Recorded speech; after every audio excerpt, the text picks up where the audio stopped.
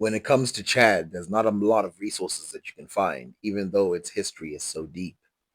That's why we have to look at the easiest research to find of them by Carlos Magnavita and Chago Boyman, and they will make this point themselves, so I might as well just read it first.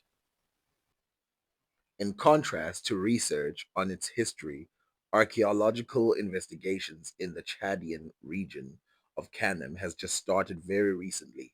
Presently, the most conspicuous materials vestiges known are the ruins of fired brick elite locations, some of which are demonstratively associated with the Kanem Bornu Sultanate and dated to the period 11th to 14th centuries AD.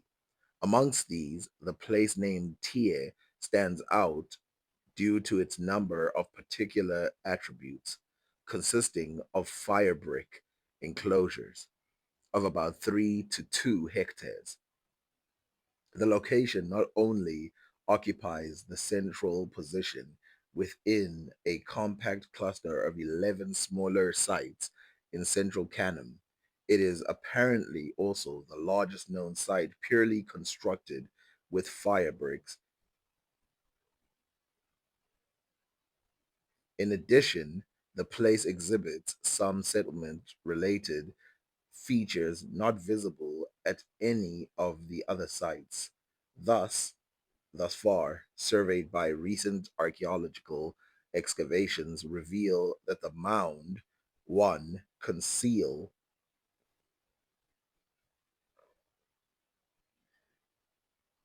the remains of a massive multi-roomed and relatively well-preserved fire brick building with plastered interior walls.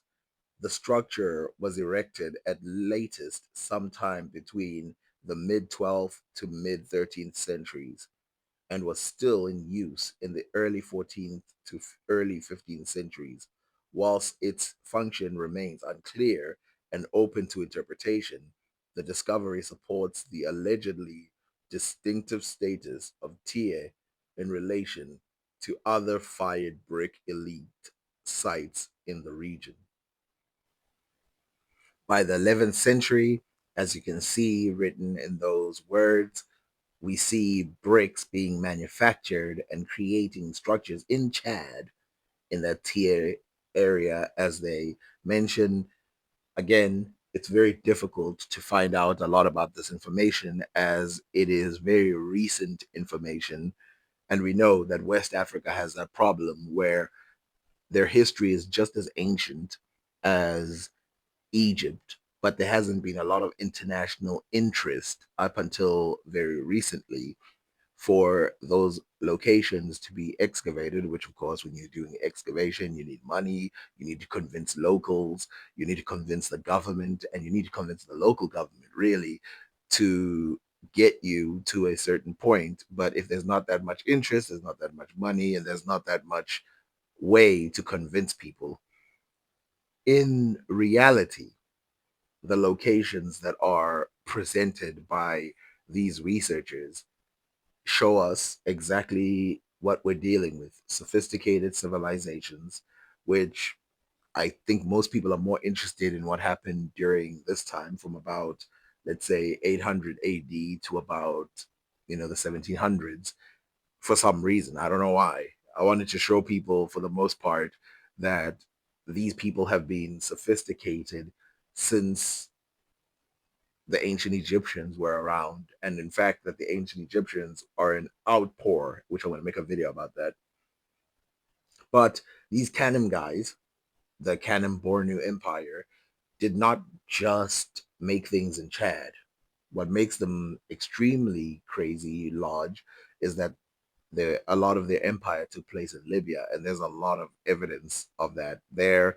In the Fezzan regions, we also find evidence that people who are related to the Kanem Bornu Empire are setting up in those locations with very good ruins, which I haven't displayed yet. I'll display in another video. But you can see full evidence that these guys were on par, on the same level as everybody else. The real question is, And I think this is a very interesting question that needs to be answered. Why did Egypt shrink and die as a native? Like Nectanebo was the last original pharaoh, so the last native pharaoh, according to um, researchers and historians. He was the last native pharaoh. What happened in Egypt that made it fall? And at that time, West Africa just started rising, even though the same neighbors that had collapsed all of those regions didn't do anything to Sudan. They didn't do anything to Chad.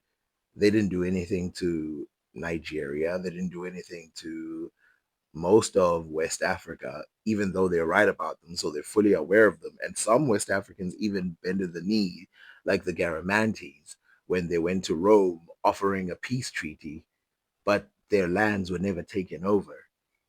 Instead, they grew bigger and bigger and bigger and became their own thing. We can see here again, some of these walls are 2 meters high. They're inside the ground in some cases. I'm not going to show all their work because, there's not enough time to show. But, a lot of people, they like the visual stimulation of actually seeing it. And that's why I'm making this video. But in real life, the Kanem Bornu Empire, they have writings which are more impressive than this in the form of the Gigrim, the King's List in Kanem Bornu, which starts at about this time, listing father and son. And so you can see each exact king and where they started and how they went and where they went. Now, I have actually already made a video about this Gigrim, the first part, so I won't remake it. Instead, I'll just play it on this video, and here we go. But before we do that, I have to say this is not the end of the Canem videos. This is just showing you that this civilization was pretty sophisticated for its time. Chad. It's a crossroad between African civilizations, east, west, north, and south. The words that came from the people of Chad are a combination of Afro-Asiatic, West Chadic, West African, Southern African, and North African. I've already talked about the true history of the North African and Chadic civilizations and how they came together to form alliances against European powers. But this is not all we need to think about, because in later years they would continue these coalitions. But first, what does this mean for North Africa? What does it mean in North Africa to know that since the 8th century BC, and again, as soon as Westerners get into Africa, we already see that there's combination. This must mean that this combination existed prior to the European incoming. People didn't just start talking to each other as soon as Europeans came, people in Africa. So let's go back to it. So what does that mean for North Africa? That means the people of North Africa had always had a access to Chadic people, West African people, and in my opinion, East African people. We know this is a fact because if you look at Ramses II and his armies, 1000 BC, prior New Kingdom, he utilizes and occupies spaces in Asia by utilizing both Nubian and Libyan warriors. Some of them were captured in his time. The spoils of war was the Sinai Peninsula and Kadesh. So if we can go as far back as the Egyptians, looking at coalitions between Southern Africa, quote unquote Sub-Saharan Africa, and Northern Africa, then there is no reason to assume that Chad was some exception. In fact, it was not an exception. It was such not an exception that some people in Europe assumed that the people of Chad, because of their mixed race heritage when they got there in 1500s, was due to them being partially Phoenician and partially Egyptian. Now, some of these have been dismissed because obviously, why would people from Chad be Egyptian when we know that they speak completely different languages than the Egyptians and are completely different genetic stock, even to the Sudanic populations? Now, what else do we know about this place called Chad? Well, we know that after the Sao civilization, which was a native population, but was not free from outside influences like the North Africans and Southern, Western, Eastern Africans. 700 AD, the Islamic empires are expanding and they move into Africa in large numbers. The majority of the genetic influence from Eurasian stock has been seen at this period, that most of it comes from this period. Even the Berber DNA that is early on cannot be traced to Eurasian stock. So we know that the fusion or the understanding of the DNA being of mixed stock, which they interpreted as Phoenicians, is not true. But we do know that the Phoenicians and the Egyptians must have at some point come across these people because we see some of their trade goods. Well, they didn't have to get there entirely. The Kushites could have moved their resources, and that's probably why the Sao Empire was so prosperous. We then see, after this civilization, a new civilization, the Bornu civilization. This civilization was a modern civilization in the sense that it happened recently. And we actually have the King's List written in a native language in Chad. It's called the Bornu Gurgam. This Bornu Gurgam shows us that not only were they natives in their kings, but they were also so-called Arabs. This is not illegal or wrong for an African civilization to have a small amount of Arabs. As we know, the Arabian civilization moved into this area. Now, I need to bring up this point. If they moved from Arabia all the way to Chad at this period, could they not have moved from Arabia into Egypt? It seems that the Arabians are very keen on spreading their DNA all over Africa, but somehow they're allergic to spreading it into Egypt, according to the Egyptologists. But that's a story for another day. Right now, let's worry about the journal of the African Society with the Kanuri, which is an easier word to pronounce than Gurgam. So we have two versions. We have one written in the original. I'm just going to read one of them in the original, then we're going to switch to English because why should we sit there? Mesebu Asami Yamanma Kurgili Bi Yamande Shie Waitu Bil Yamambe Cargo. That's the first king that is on the list. His name is actually Mesebu, son of Aisha, a lion prince of Yaman. He came from Yaman. He is Yaman. So that's what that sentence meant. And you can see that these are not names, they're titles. Titles of the kings that existed in Chad at the time. And it's interesting because, again, Africa is largely without written record, but it's not without written record. Largely. Keep that in mind. Meaning that it's not as deep. Well, some of them are burnt, but it's not as deep as other civilizations in Africa where they have an extensive amount like Egypt or Ethiopia. The Gergam then goes on to Dala, son of Aiju. He is at Nguru. That's the 19th king. And then we skip to the 41st king, Usman, son of Daudu, prince of Bursulum. He lies at Bursalem, Gwala. And then we skip to the 58th king, Mibarima, son of Gumsu, in whose time to one wet season there were 7 autumns, and milk was plenteous, even yearling heifers yielding milk, and young kings. He lies at Galagati.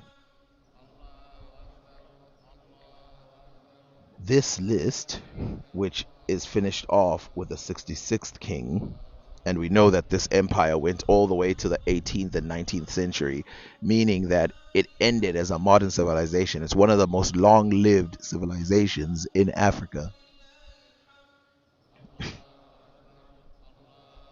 Not only does it detail the king's names, but this is actually one of the biggest things or reports we have that detail what happened in that area at the time.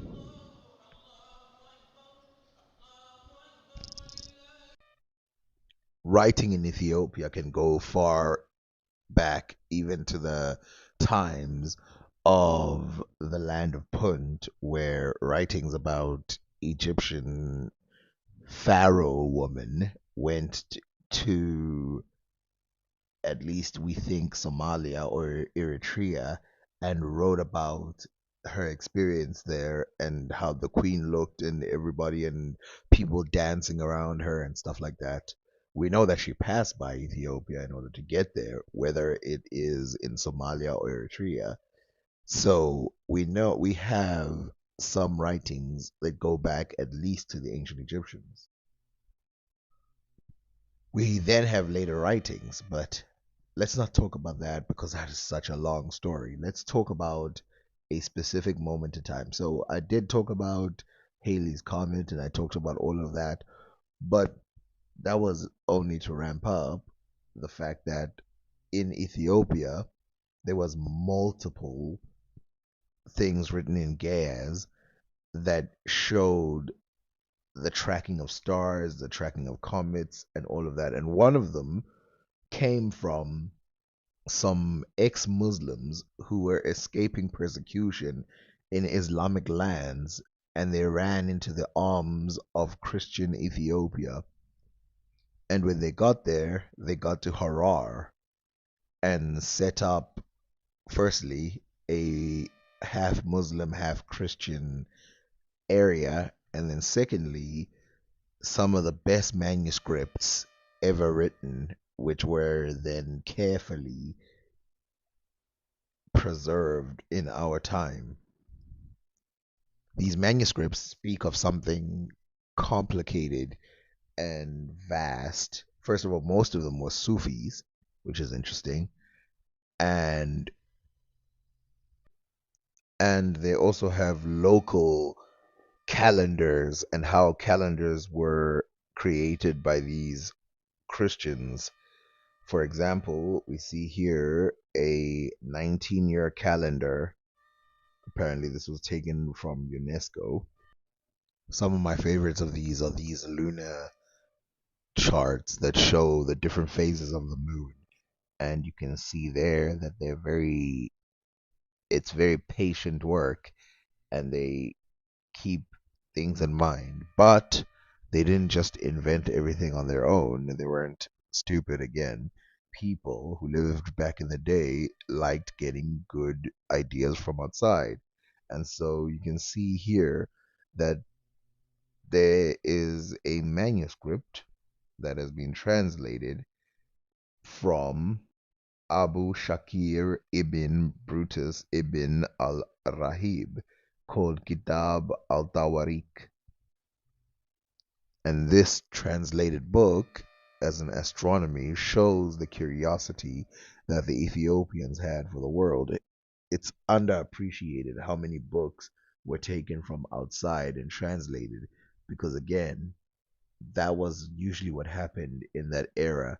There's Ethiopian books translated, there's Ethiopians translating books, books being translated in Europe, Europeans translating other books. In fact, I think the first printed Quran was printed by Europeans, but they were unsuccessful in selling it to the Middle Easterners. We can sit here, by the way, and talk about how smart all of these things are, talk about the patience of the phasing, but can we just appreciate the colors and everything that are used on these manuscripts? There's something about old texts and what they look like and what they represent that almost makes me feel like the culture that we live in today is one that is taking all the information that has been gathered in the ancient world and squandering it.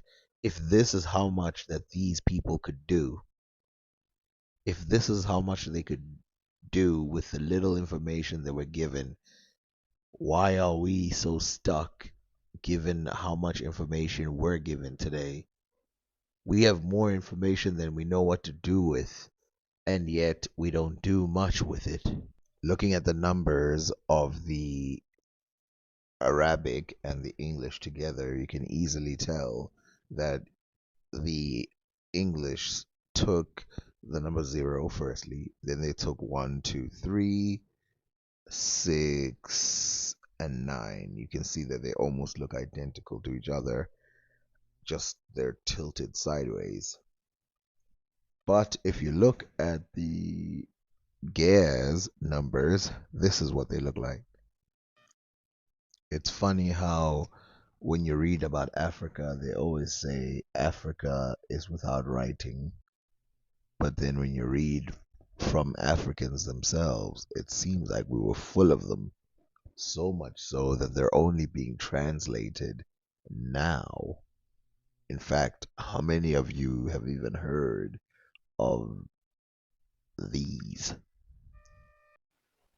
Now you might be thinking, if it's such an important video, why did you just refer to it and we can go backwards and look it up? Most people don't look it up when I say go back, so let's just put it in there. If you don't like it, don't watch it. If you do, thank you very much. Like, share, subscribe, and everything else. Thank you.